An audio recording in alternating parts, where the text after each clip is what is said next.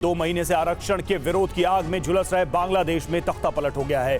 PM Sheikh Hasina को देश छोड़कर भागना पड़ा और देश की कमान सेना प्रमुख के हाथों में आ गई। भारी अराजकता के बीच बांग्लादेश में प्रधानमंत्री आवास तक को लूट लिया गया। हजारों लोग देश की संसद में घुस गए। आंदोलन और प्रदर्शन अब हिंसा, दंगा और लूट में तब्दील हो चुका है। शेख हसीना के देश छोड़ने के बाद उनकी पार्टी के दफ्तर जला दिए गए और हर जगह उनकी तस्वीर हटा दी।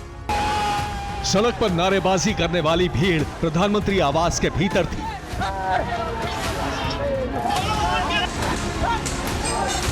तख्ता पलट का जश्न ऐसा मना कि पूरी दुनिया हैरान रह गई।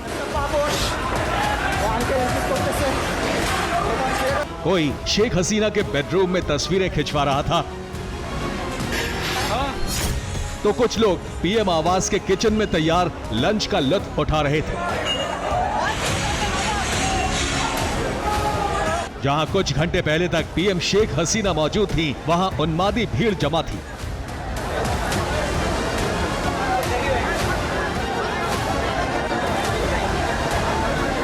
पीएम हाउस में जिसके हाथ जो लगा वो उठाकर ले गया।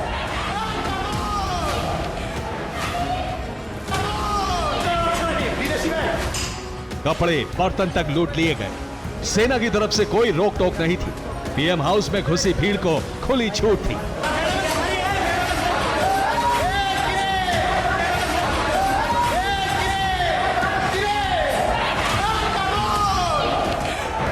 कुछ लोग पीएम हाउस के सरोवर में नहाने लगे, तो कुछ बोटिंग करने लगे। ये सब कुछ शेख हसीना के हेलीकॉप्टर के टेक ऑफ के चंद मिनटों बाद ही हुआ। अंदाजा लगाया जा सकता है कि शेख हसीना को देश छोड़ने में थोड़ी देर भी होती तो लाठी डंडे से लैस ये भीड़ पीएम हाउस में न सिर्फ लूटपाट मचाती बल्कि पीएम हाउस में खून भी बहा सकती थी।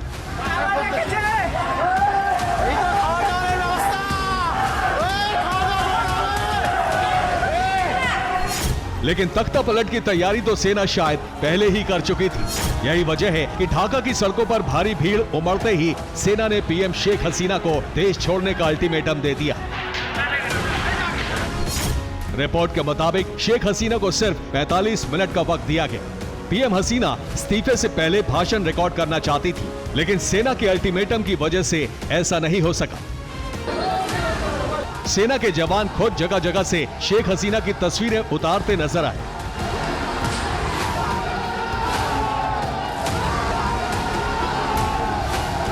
सड़क पर सेना के जवानों ने गोली चलाकर शेख हसीना के तख्ता पलट का स्वागत किया।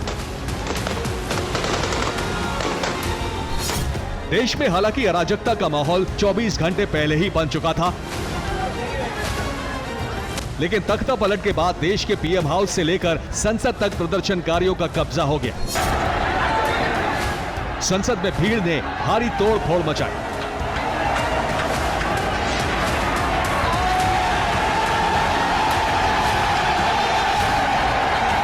पीएम हाउस के कैंपस से लेकर अंदर के कमरों तक भारी लूटपाट और तोड़ फोड़ की गई।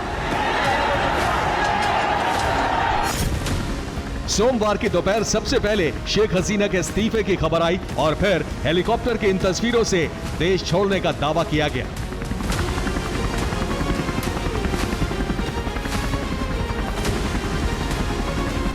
शेख हसीना के प्रति प्रदर्शनकारियों के गुस्से का अंदाजा इस बात से लगाया जा सकता है कि उन्होंने बांग्लादेश के राष्ट्रपिता कहे जाने वाले बंग बंधु शेख मुजीबुर रहमान की मूर्ति पर हमला कर दिया। बांग्लादेश से सामने आए एक वीडियो में प्रदर्शनकारी बंग बंधु की मूर्ति पर चढ़कर हथौड़े चलाते दिखे। कई जगहों पर पत्थरबाजी की गई।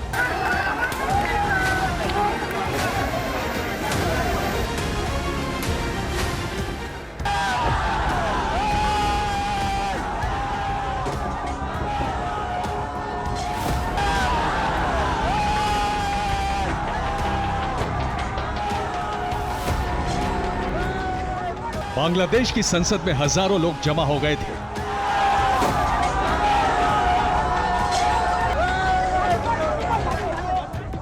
छत से लेकर सामने सड़क तक लोगों की भीड़ नजर आ रही थी।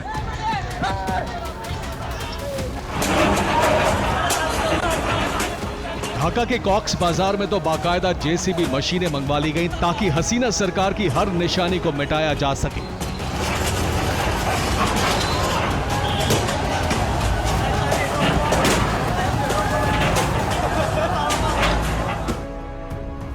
लूटपाट के बीच पीएम हाउस और आवामी लीग के दफ्तरों से लूट में जिसके हाथ जो लगा वही लेकर चल पड़ा।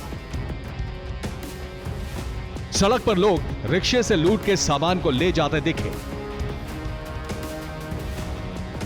फ्रिज, टीवी जैसे महंगे सामान तो लूटे ही गए, लोग कुर्सियां और गद्दे तक लूट कर ले गए। लोग मुर्गे, मछली और बकरी तक लूट कर अपने साथ ले गए। बांग्लादेश से दोपहर में शेख हसीना की ये तस्वीरें सामने आईं और इसके बाद शेख हसीना दिल्ली के करीब गाजियाबाद के हिंडन एयरबेस पर नजर आईं। शेख हसीना तो सुरक्षित हिंदुस्तान पहुंच गईं, लेकिन बांग्लादेश कई घंटे तक जलता रहा। बांग्लादेश में जगह जगह से काला धुआं उठ रहा था। शेख हसीना की पार्टी आवामी लीग के दफ्तरों को जलाया जा रहा था। आवामी लीग के दफ्तरों से बोर्ड उखाड़े गए और फिर दफ्तर की इमारत में आग लगा दी गई। हिंसा और आगजनी के बीच लोग तख्ता पलट की खुशी में नाच भी रहे थे।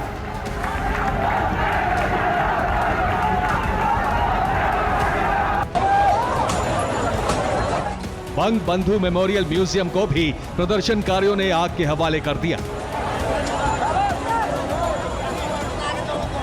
बांग्लादेश में 2 महीने पहले आरक्षण के विरोध में छात्र आंदोलन की शुरुआत हुई थी। संक्षेप में पूरे आंदोलन की कहानी बताते हैं।